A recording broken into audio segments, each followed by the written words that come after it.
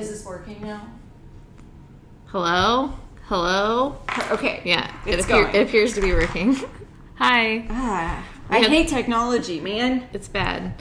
Welcome to Talk Comics to Me. It's Thursday. It's a new week. We've all made it. It's the 7th of October. And we are pleased because that just means we get to do a thing we always do anyway. Which is read horror books and watch horror movies. That's it. It's just the month that it's more acceptable. Yeah. And accessible. And I got this cool cobweb sweatshirt. I got a fence. It's cool too. It's scary. Christopher was like, "Is that a new shirt?" And I was like, "Yeah, it is." And he was just like, "Of course." He's like, "You would not stop wearing that no matter the season." I was like, "You're not wrong." That's true. Yeah. So anyway, we hope you are enjoying your spooky season so far. We're here to talk about comic books. Yeah, so we're just gonna get right to it. Okay, so this book is called Out. This is an AWA, I can't remember, American Writers Artisanal? Yeah. Something like that. I can't remember what the AWA stands for. Anyway, it's mostly horror books is what this line does. This is Rob Williams' story, not to be confused with Robin Williams or Robert Williams, just Rob Williams. I just like crossed my arms. I just had to clarify that. So this is it's a story about several different things. It takes place during World War II. A group of Allied prisoners are in this camp run by Nazis. They have discovered an ancient evil that they are awakening so that it will help them take lead in the war because they can feel the wind slipping right out of their fingers. The main character of the story is a code talker. I can't remember exactly where he is from exactly, but he is the one who discovers exactly what is happening. And I don't want to spoil too much because the story is actually like, for this time of year, I think it's pretty spooky and good. But the author's note in the back is really cool because it kind of... I do love it. You read the author's note too? I did. That's actually really impressive. Yeah. Because I wanted to know a little bit more about it because it's... The way that it starts, it's kind of hard to figure out what the ancient evil is because I had forgotten what the solicit about it said, which I'm pretty sure it doesn't explain it in there, but I didn't want to go back and read that because I wanted it to be like a new thing. So I read the author's note to kind of get an idea of like why they named it this or like what exactly... where they were expecting the story to go, and I thought it was very interesting because the name apparently means several different things. The main character is a gay man in this prison camp during World War II, who was also Native. So I just thought it was like... Yeah, that's interesting. Yeah, very, very interesting thing. But if you like anything about World War II camps, not you don't like them. I mean, if you are... like reading about the history of them and like how terrible they are and stuff like that. Fictional stories. Right. And then, like supernatural horror stuff. This is very interesting. There's a lot of true historical facts in it as well. Right. So overall, I enjoyed it way more than I had anticipated because I knew I was going to like it anyway. I read most stories with their war stories. I enjoy it. But yeah, this is nice and spooky while still being factually accurate. Would you say that's like your favorite AWA book so far? So far, yeah. Because we've read like a decent amount. Yeah, I do like that hotel book, however. Yeah. Just because it is an anthology and it doesn't take itself seriously. But as for like more serious books, yes, I do think that this one would be my favorite so far. Cool. Just wanted to ask. It's very, very nice. Very nice. Fun. Okay, so then I have Dirtbag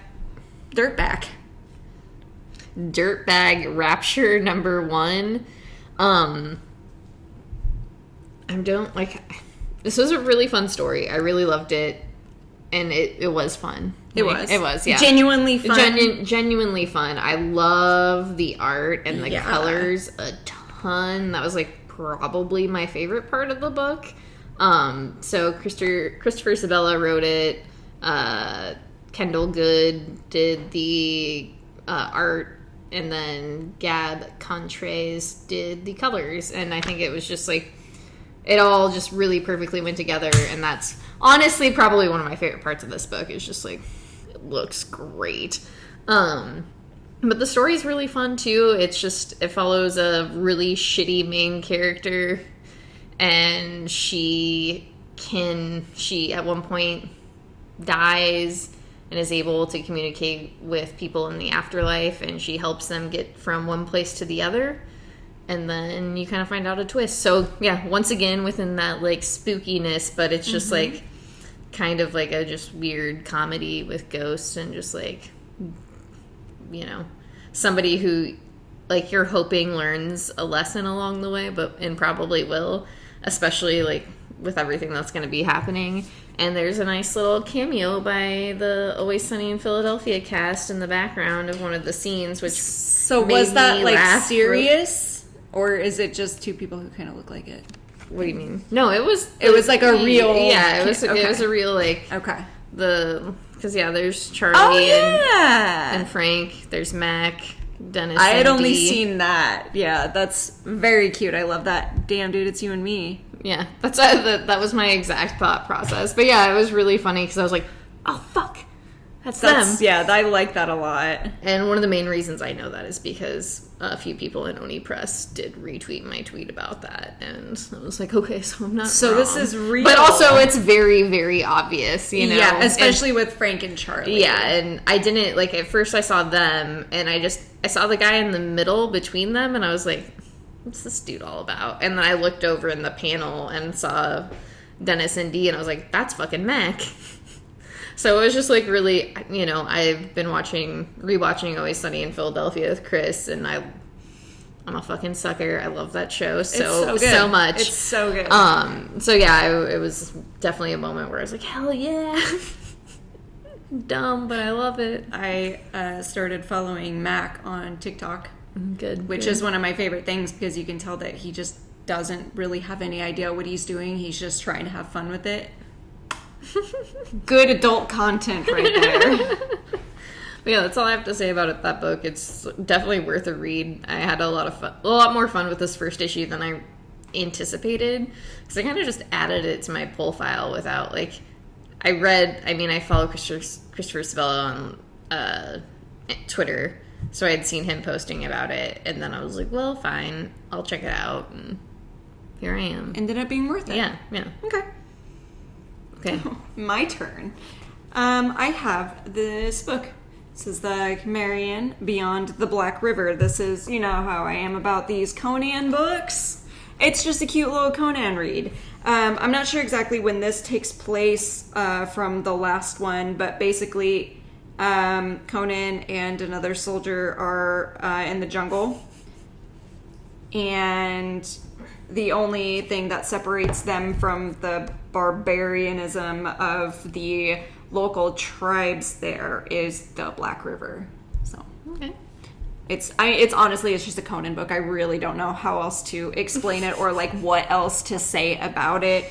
It's just Conan going in with a sword. He's more civilized in this than he is in any of the other ones, though. Like, he is actually a mercenary for this group of soldiers. He just does the work for them because he's like, they pay me good, I guess, so whatever.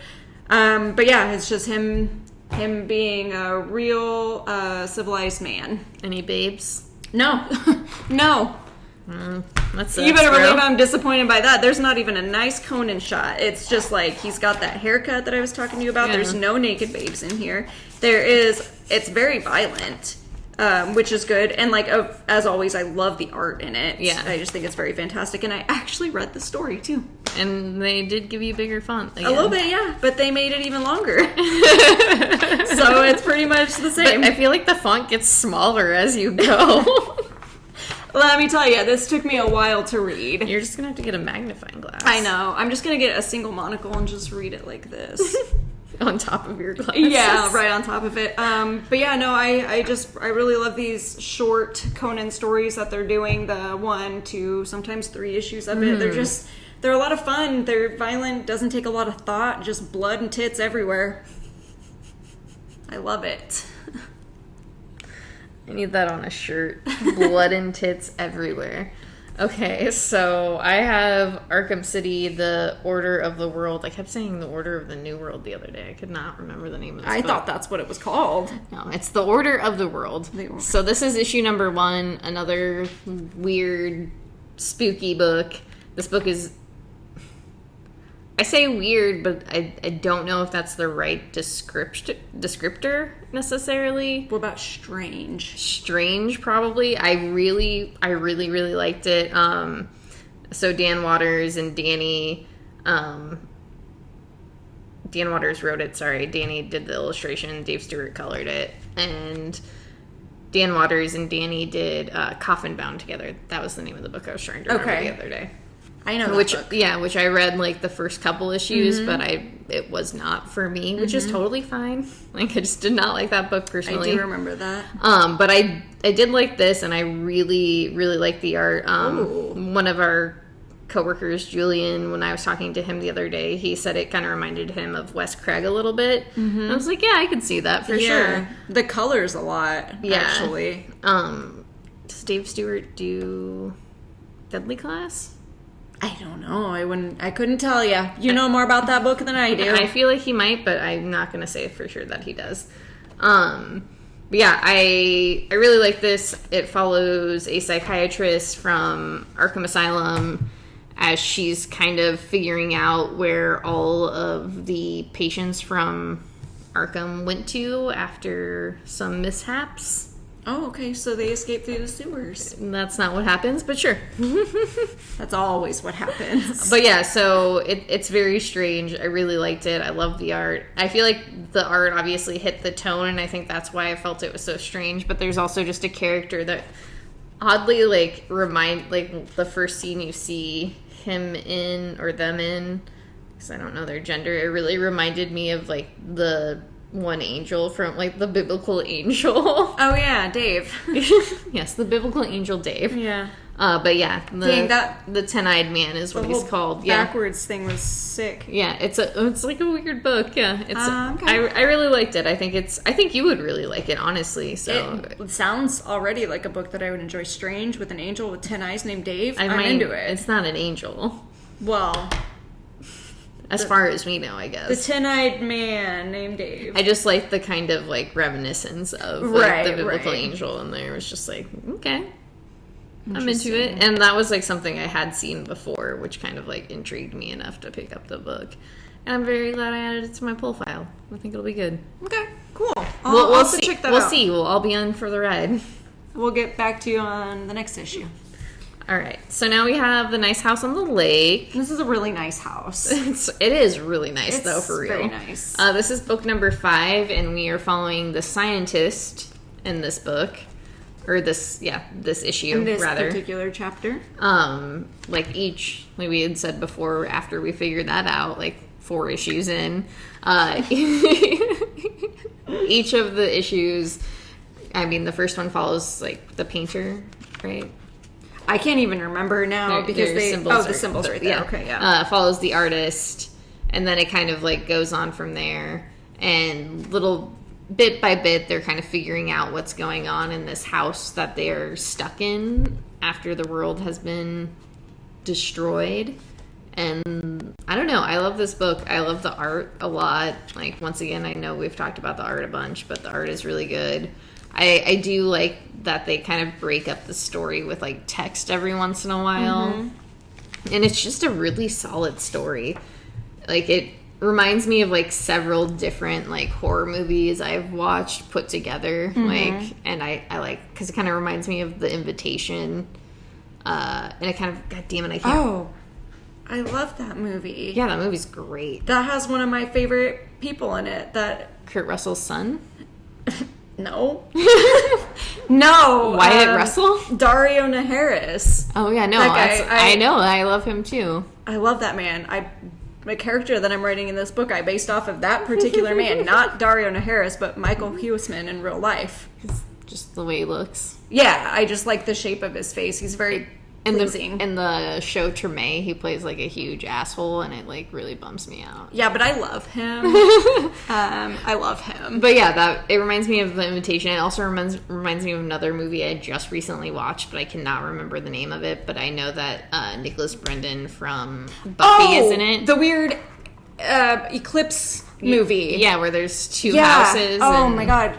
Like coincidence or something like that. Yeah, I just watched that recently. Yeah, no, so did we. I just looked up the poster when we were watching Buffy the other night, because I was like, what the fuck was the name of this movie? And I wish I had remembered. Yeah, no, that's funny because I saw this video of, it was like a time warp of Nicholas Brendan's most recent mugshot, and it went backwards and like de-aged him to like the first season of Buffy, and he's just standing. It was really funny, and that's what made me think of that movie. I was like, shit, I just watched that movie recently, and this had him in it. Yeah, no, and that was like a weirdly okay movie. So strange. I will make sure to try to figure out what the name of that movie is and post that up. Yeah, we'll just watch it. We'll all watch it together. But yeah, it kind of reminds me of like a mix of those movies, and I don't know, I really like it. I like the way like it's developing, and like the characters are like introduced in the way that they are, because you kind of like get a grasp of who they are like within each like little issue, but like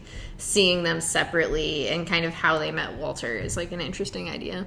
Yeah, I really like that about this story too, but I think my favorite part is like the first few pages, it's them obviously after the events of all of this had taken place, and they're just like, oh, it's like a record scratch thing, like, I bet you're wondering how I got here. And then they're like telling you their story, and so it's all from like different perspectives, and you're getting slowly but surely the whole story. And yeah, it's just really well developed. It's just good writing. Yeah, it's really good writing. It's like the art is very good. Like it's just one of the better books I'm reading right now. It's it's fantastic as far as like horror goes too. It's very atmospheric, I guess, very slow. Hi, we miss you. I feel like I haven't seen you in so long. I miss when you used to join us in our videos. We love you. Good luck on your stream. And we'll see you. Yeah, we'll see you when we see you. Okay, you talk about... I hate this cover, by the way. This is God, like I hate it so my much. least favorite thing Every I've time ever I look seen. at it, I just do this. And I don't know why I hate it so much. It's the face and just... I don't know. It's the face for me. I'm like, we get it. You're intense. I get it. So anyway, this is Pyrate Queen. This is a bad idea book. I wanted to mention, because I completely forgot, every single one of my books is from a different publisher this week. Like the closest ones is DC, but DC Black Label. Okay. So I just and I'm proud of you. I had to let you know they're all from different people. I didn't do it. Okay, yes. So this is Pyrate Queen. This is a bad idea book. This is just about a pirate queen. Pirate, not a pirate queen. That's the title she gave herself. That's not what she is. The story is she is a pirate. She falls in love with another pirate. She ends up getting pregnant. Some things happen. Her husband gets murdered. So she is on a revenge quest to avenge the death of her husband by killing the man who had killed him. But she, has to get her crew together, all that. She's also just super pregnant while she's doing it, but she's still like not stopping. She's like, I gotta do this for my baby. I gotta kill this man for my baby. I gotta do it while I'm 8 months pregnant. It's not a big deal. It's just a baby. I say that as if I don't like the story. I actually do really like the story. There's some things I don't like about it, and it's mostly like, me and my facial expressions. There's some facial expressions in here that I don't really like. There's some choices that she makes where I'm like, you're pregnant. Maybe you shouldn't be doing that. It was a different time. I get it. That's one of my favorite poses within the entire book. She's climbing through a window. Okay, that sure looks like she is. Yeah, I just thought it was really funny the way she was doing it, because I was like, what is she trying to do? And I was like, oh, she's like one leg at a time doing it. I just thought it was hilarious. Anyway, and then at the end of every bad idea book, there is a separate little short story. This one, I could only get like 2 pages in. I'm sorry, I couldn't read it. And man, it's fucking this weird robot. And normally I'm into that kind of stuff, but this was just weird. I was like, I don't understand what's going on. Is it a robot? I don't know. It's a weird cybernetic thing. I don't know, but it's like this. It like stressed me out when they're banging here, because then she bends her head backward and then there's a butt. It's just weird. That's uncomfortable. But it's a bad idea book, and they're just no longer going to be a thing anymore, or whatever. I don't know. The book is good. Don't listen to all my complaining. I do really enjoy the story. This is the only bad idea book that I read, or that I've been reading, and it's because we've read several. I've read several first issues. I was waiting for Odin's Eye, but they never put that out. Are they not going to? They were supposed to, but I can't find any information about it. So I might have to check the website again. Yeah, but that was the only one that I was really interested in. But, Peter Milligan, I believe. Mm-hmm. Yeah, is the one who writes it. Adam Polina does the art, and then Tamara does the colors, which is another reason why I wanted to get this book, because, Tamara kills it every single time. So that's all I've got to say about that. Okay. Well, I guess I have to talk about this. I guess this is a DC horror book. It's Soul Plumber. This is issue number 1. This book was, as I said to you, just fucking weird. This book was actually weird. This book was very strange. Book. I think it was mainly the art that did it to me, where it's just what the fuck? But the story was also, it was, like I said, it was interesting enough, and I think maybe also because I've been watching so many horror movies in the last, 2 months, where I'm just I don't want to know. And especially, with the way this book particularly ended, I'm unsure of, I want to know what's, happening before I make that commitment still. Yeah. But it follows, God damn it, I can't remember the main character's name. So I'm sorry. Edgar, that's his name. And he is very dedicated to God, but he got kicked out of seminary, and he's trying to save the souls of people around him. He works at a gas station, so obviously he encounters, some strangos. Mm-hmm. A lot of lost souls. And he encounters what I would call an evangelical priest who, is trying to take advantage of people via religion and how they're feeling. And obviously he's an easy mark with his pastor collar on. Oh, right. So he invites him to this conference they're having, and things kind of go where they're going to go from there.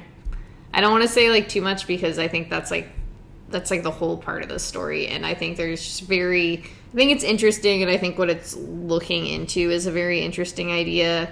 Like I said, it's just very fucking weird, and I think that's just because of the tone it definitely sets at the beginning is I'm gonna be I want to describe it as kind of campy too at the same time, where it's not necessarily camp, but some characters are just over exaggerated in that way.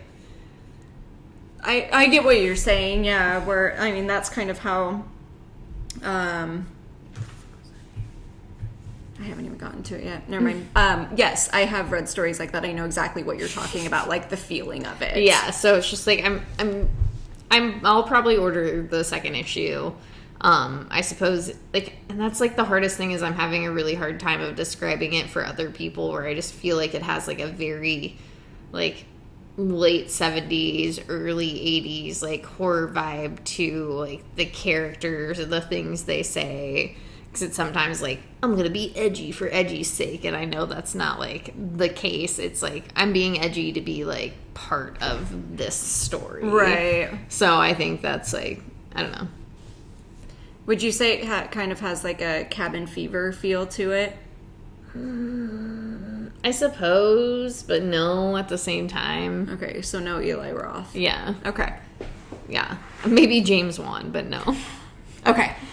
Say less. But also not at all. That's not it. I think it still fits within those 70s and 80s movies. Like, if it was a movie, it would be, like, in that range. Like, I'm trying to think of, like, Night of the Demons-esque. Okay. Right. And maybe I had just, like, watched Night of the Demons the night before, which I did. So it might have influenced me in the way I read it, but it definitely felt, like, in that zone of just, like, I find that movie to be very campy. It is. It's extremely campy. And there's vagina. Full on vag. Full on vag. It's just right there, just... All right. On that note, speaking of vaginas, this is Money Shots. For those of you who do not know what this story is about, this is about a group of scientists who are running out of money to fund certain projects that they're going to do. So they decide to start having sex with aliens for views, pretty much OnlyFans, but with aliens, to gain money. That was the first story arc. The second story arc, the group is trying to re-recruit a member that had been with them previously. She's off doing her own thing, and they kind of need her help doing stuff because they can't do it without her. So they're trying to remind her of why they did this in the first place and why they need her help. Oh, okay. Yeah, that's pretty much it. There's a lot of alien banging. There's a lot of just wild stuff going on in this book. I absolutely love this book. It's dumb. It's horny. I know you were saying you were thinking about, like, hopping off of it. Like, yes, I am going to wait for the story arc to end, okay. And then I probably will, just because, and I have nothing against the art. I do think the art is incredible, but it's just, it doesn't, for me, have the same feel as it did, like, the first story arc. Because it's almost more cartoony now, and it was before, but it's just not the same. I felt like before it was a little more serious. They dealt with a lot of serious topics in it, and I think if they were to try to do it in this particular story now, it just doesn't come off. Yeah, it wouldn't hit the same. So, all right. I do still love it regardless. I think it is a lot of fun. It's very silly, but yeah, it's just Money Shot. Got it, Jen? Okay. So now I have Chicken Devil. This is issue number 1. This is not scary. This is basically an action book. A dude who runs a chicken joint. His partner goes into drugs and everything backfires. And so he is attempting to save his family, which also doesn't work. And so now he's out for revenge. I love a revenge story. Yeah, and it is very much a revenge story. The art is really cool. Yeah, no, that's why I grabbed this first issue, if nothing else, because Hayden Sherman, who did Thumbs, which I read, and I really love their art a bunch. Like, their colors, too, are pretty interesting. The art in this one, like, shifts back and forth where I enjoy it and don't enjoy it, but I think for a whole I do. Oh, God damn it. I'm gonna fuck this dude's name up so bad. I'm sorry. Brian Bucalato? Sorry, friend. Wrote the story, and I just, like, it's interesting and fun. Like, it's not a bad story by any means. It's just, like, one of those things where, like, especially within this first issue, I was just like, damn, dude, where did this even come from? The name of it really struck me. And to be honest, that one and the Dirtbag Rapture, they seem like titles based off of their names that I would have added to my poll, and I'm just confused as to why I didn't. And I know this Chicken Devil book was a book I went back and forth on a few times, just because I think what ended up selling me is something maybe said, like, Breaking Bad, and then, like, Hayden Sherman doing the art. I was like, okay, like, I'll give it a chance. And I think, the Breaking Bad connection is, like, drugs and a regular dude and a chicken joint. Yeah, that makes sense. Like, nothing necessarily other than that, I mean, at this point, is really Breaking Bad-esque. But I don't know, I liked it. Like, I didn't think it was bad. I don't know if I want to read anymore. Like, we can read it off the wall. Yeah, I mean, hopefully, yeah. But it's just, like, one of those things where I just, like, is it worth my... It's not... That sounds bad. but I have very limited time.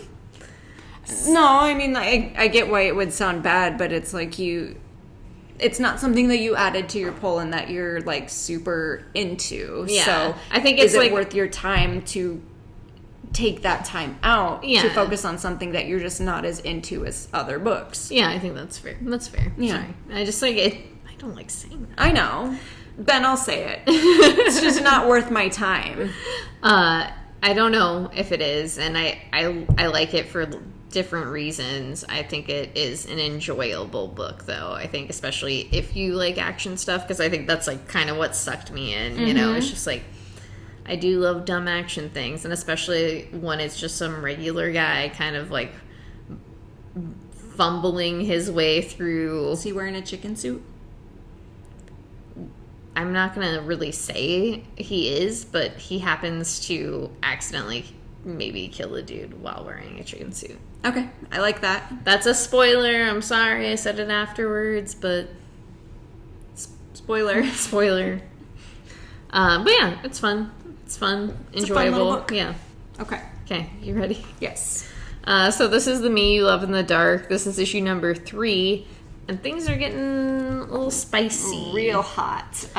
This is something that I've been waiting for since the first issue. I'm gonna say this right now. I know you probably would, but I most definitely would not be fucking entities in a haunted house. You say what you will about me, but let me tell you something. I know you're gonna murder us in a haunted, like in any horror situation. I know that it won't happen, but you will straight up get us murdered. Like, and for some reason I know it's just going to be the two of us where I'm going to just be like, no, please. Because something like this, if it did happen, you can live safe knowing that I would rather sacrifice myself than let anything happen to you. I don't. Just saying that out loud. If I do happen to get us into any sort of situation because of my curiosity, you don't have to worry about it, because I will jump in the way and give you time to run free so that you can get the fuck out of there. I would never let you die, especially in front of me, and then me have to live with that. So you're gonna die in front of me, so I have to live with it. Yeah, knowing that I died for my stupid fucking mistake and I deserved it. Just me being like, I'll just walk around town like, yeah, Heather, my best friend, she's dead. It was her own fault. That being said, I told her this would happen. As exciting as it would be to fuck a ghost, I would never do it. Okay. I wouldn't do it. I just don't trust you. I need some substance. And I don't know. If it was a demon, maybe. But see, that's the problem, is I know better. I know not to. I have watched Paranormal Activity. I've watched every single James Wan movie you could possibly imagine. Even Aquaman. We don't count that. I just like reading about women who like to fuck monsters. Yeah, I mean, that's not wrong.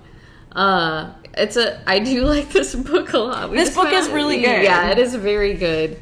I love the art, which is obvious, and I knew this book wouldn't be anything like their collaboration on Middle West, because it's not Can you imagine? No. Because it's not supposed to be the same thing, but I love the art. I love the tone that's set within the book, and like the relationship between, and I'm just going to call it an entity because I don't know like what it is, but I like the relationship between the entity and the main character, and I feel like how it's kind of been manipulating her like self, because she's pretty open to that manipulation, trying to like, make her art career work. And I like that aspect. I think this is a very solid horror book, and I'm very excited for the next issue, because you kind of know what's going to happen, right? Like, yeah, you definitely, it's one of those movies that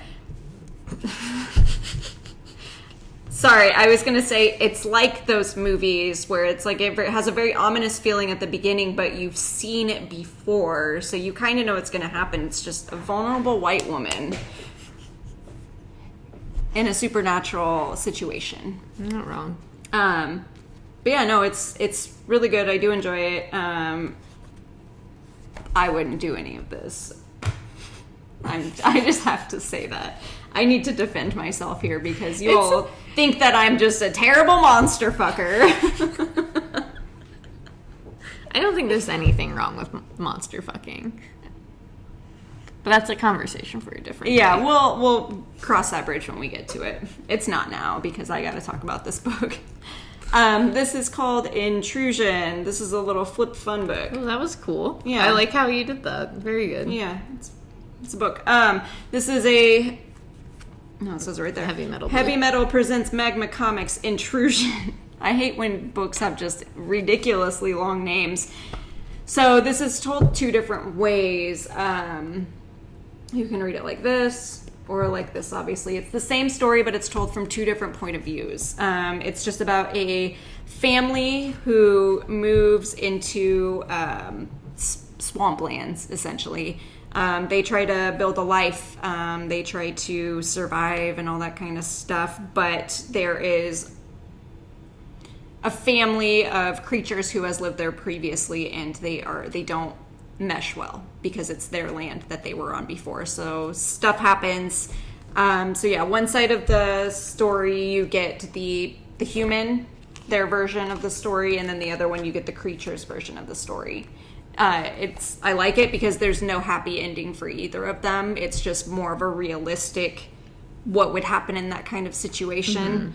And it ends very much on a cliffhanger where you just don't know like where the story is going to go from there. So I love those kind of stories. It was very interesting. The art was kind of strange, but I do like the creatures that are in it.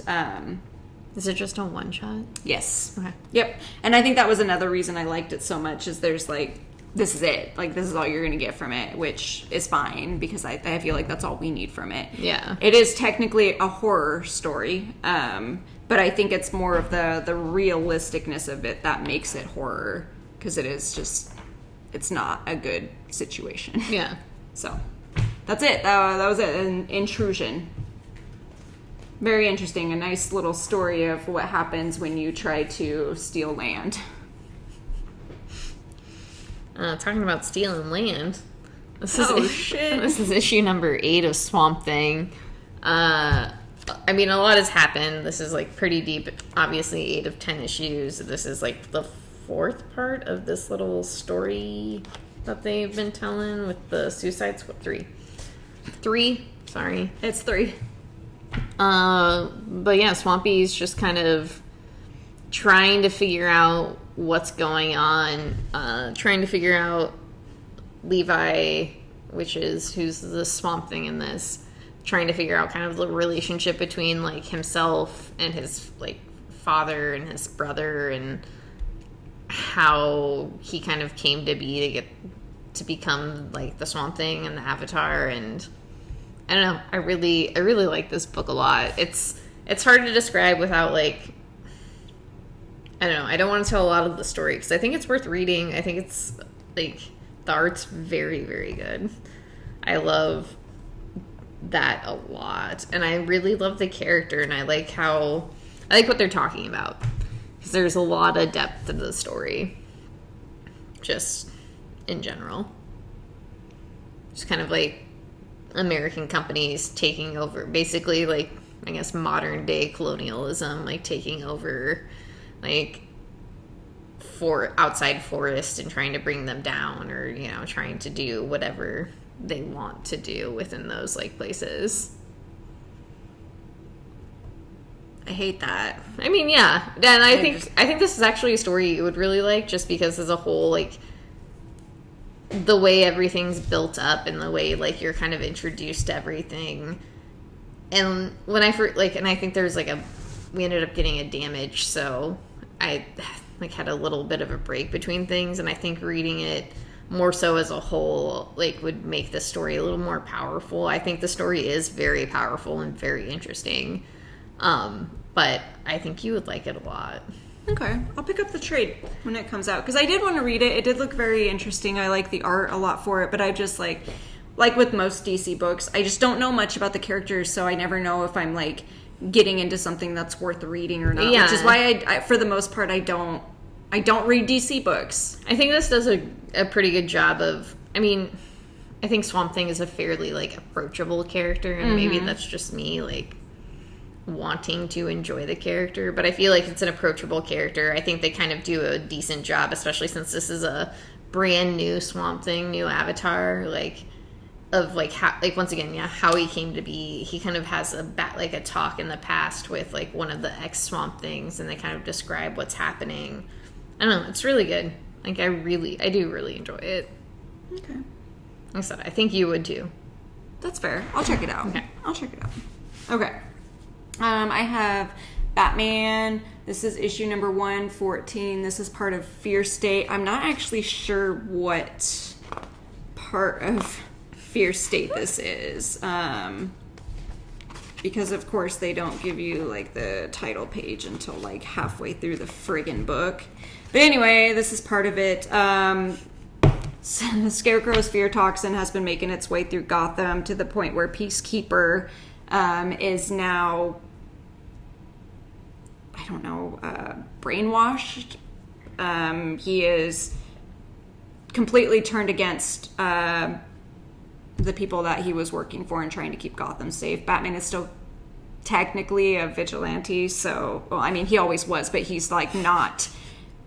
I don't know how to explain it. So the Magistrate is the group that is hired by Gotham to, you know, keep the city safe and stuff, which is what Batman was doing before, and they consider Batman the bad guy now.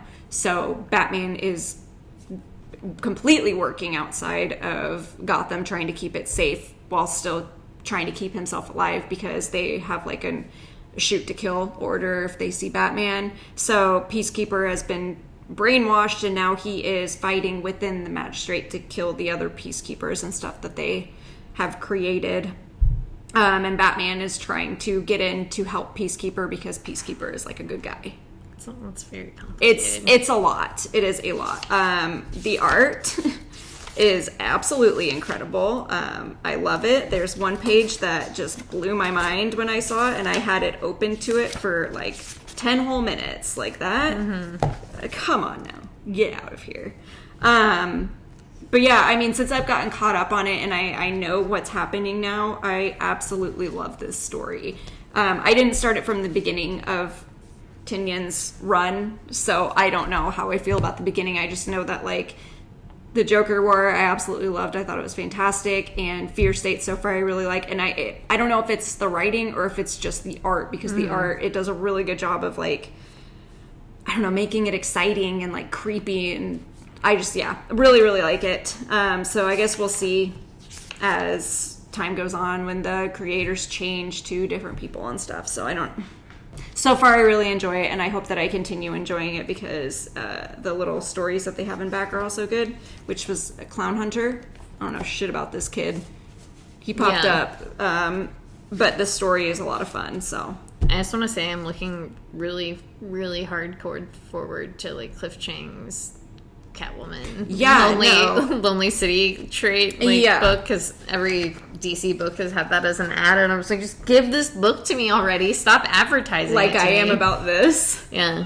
I'm so excited for this. It's so stupid. Anyway, a lot of cool things coming to DC. Did you see Dan Mora's post of his cover for the Steelbook?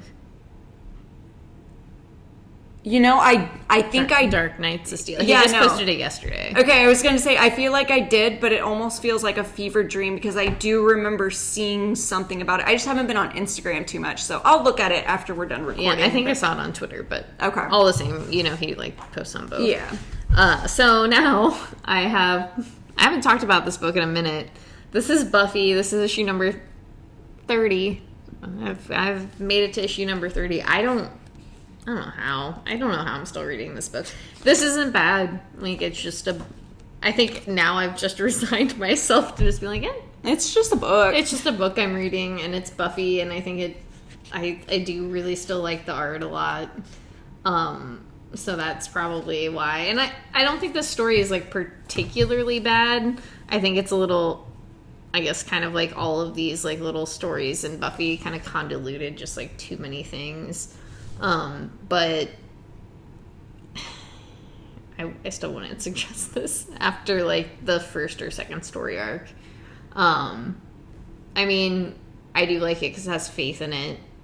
And I'm kind of curious because they're doing something different with Faith's backstory and how she came to be.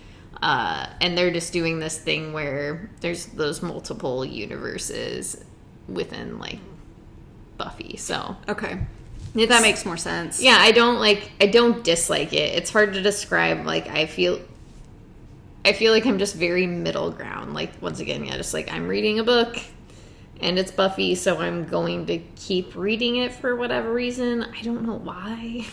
I mean, I did that for a while. This is the only book that I've taken off my pull. Understandably so, though. Like, I don't think you should keep try to go back and read it. And if you did, I'd just give you my issues because I don't think you'd like it, and I don't think it's necessarily worth it because the story is just weak. Yeah. And I think this is like a conversation for the Buffy podcast, but I think Buffy in general is kind of that way at points. So I don't think it's necessarily outside the Buffy bubble to have a semi-weak story. I just feel like with these characters, they're not super well developed once again. And still, we're 30 issues in. I feel like I should know who Buffy is and what. I know that she loves Giles. Which is... Everyone loves Giles. Yeah. I love Giles. Name me one other man who I would give up everything for. But yeah, there's just there's not enough there. It's just there's not enough oomph. And I feel like if it went slower, it might be too slow. But I think if there had been better storytelling, it would have been worth it. That's fair. I really only liked that first story arc, and I don't even know if it was just because of the writing or Dan Mora. Yeah, and I think it might have just been because of Dan Mora. Dan Mora, my boy. And I don't think that it was just Dan Mora, because I do think there were it was interesting because it was new. Yeah. And they're introducing new characters, so you're cool, we're doing something different. It's one of my favorite things, but a retelling of it with... Yeah. And now, but it, it's just you hit a point where it's just no, you're just not doing anything. Yeah. So yeah, that's all I have to say. I hate talking shit about that book, which is why I haven't talked about it in a while. Okay. So this is Eternals, Celestia, and this is one shot. Heather has not gotten a chance to read this. This is technically a book we both got. Mm-hmm. Yes. And this follows Ajax. Hell yeah. Ajax, sorry. And I'm just talking about soap. I was just going to say, my favorite thing about the Ajax soap is the name, because Ajax is the only the only person that was able to beat Grease. It's a cute little pun. I love Ajax dish soap. So this is about Ajax, though. Ajax. Who is an Eternal, and they are kind of they're on a mission, basically, to see the last Eternal, or the first Eternal, rather, the one that the Avengers are currently living in. Oh, okay. I do know what you're talking about. Yes, do. Okay. And this is very much within Avengers, so you will get a lot of this. I love that. I'm in the know. Yeah, you very much I read it, and I feel the only reason I kind of had a vague knowledge on it is because of stuff we've talked about. Mm-hmm. So yeah, this was interesting because it's her and God, I'm sorry. And sorry, I'm gonna figure out this name before Makari. They're on this mission to find the first Eternal together, and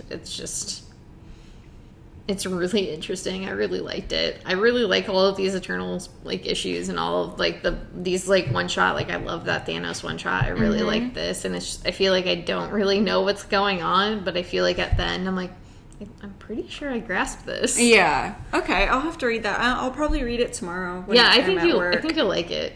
It was really interesting, and I do think it will end up leading into the next story arc. Right. But once again, I don't know. Okay. We'll figure it out. Yeah, we'll figure it out together. Okay. Okay. So this is Corset. This is number 1. I believe this is just a one-shot. I hope it is just a one-shot. This is the weirdest freaking book I've ever read. It smells fantastic. If you've ever smelled a Scout book, you know what I'm talking about. I can smell it from over here, actually. Yeah, it's fantastic. Okay, so this is, I guess technically would be considered horror, but to me it was more drama. Okay. It was less horror, more drama. It's basically about what would you consider it? A fashion designer guy who creates corsets that are known around the world. He works in secret. He doesn't want anyone to see his face. This main character, Elisa, she falls at one of his fashion shows, gets his attention from afar, and he pretty much hires her to teach him how to feel emotion, like human emotion. And you find out it's because he's not human. I'm not going to spoil anything else, but some stuff happens, and it's I did not like this. I did not like it. That's fine. It was very strange. I'm glad it is only a one shot. I like the fact that it takes place probably 1800s, just based off of this, because they don't really give you any indications of like where it takes place or when, but just based off of the clothing, I would say 1898. I don't know. There were aspects of this that I did really enjoy, but I feel like it's for fans of steampunk. Remember the book, A Picture of Everything Else? Yeah. Where did it go? I don't know. I've been thinking about it, like, when you talked about that, but I've been thinking about it for, like, a couple weeks. Yeah, so. I thought about it recently because when I was, like, scrolling through my inventory of comics trying to remember the name of something, I can't even remember what I was doing, but I had, like, scrolled past it and I was like, where did he go? Why do we not have him anymore? I don't know. It'd be great, right? Anyway, I'm sorry. Anyway. That was off. This is Joker Puzzle Box. This is issue number 3, and pretty deep into the story. Basically, Riddler sends everybody out to find pieces of a puzzle. Everybody ends up getting arrested. All of Batman's rogue gallery ends up getting arrested after the Riddler dies. Mm-hmm. And so it's basically them kind of like talking to the police or not talking to the police, and it's not bad. It's really good. It's just like... I mean, it's Matthew Rosenberg. Yeah, it's Matthew Rosenberg, and then there's a couple different writers on this, or artists rather, on this issue as well, so... I can't talk about it, because it's just like Joker playing people, and then the other villains, or rogues rather, like just kind of trying to figure out what he might be saying, and then saying stuff, like giving their side of the story. So you get their side of the story, like what they're telling the cops, and then the art is usually like what they're actually doing. That's really cool. Yeah.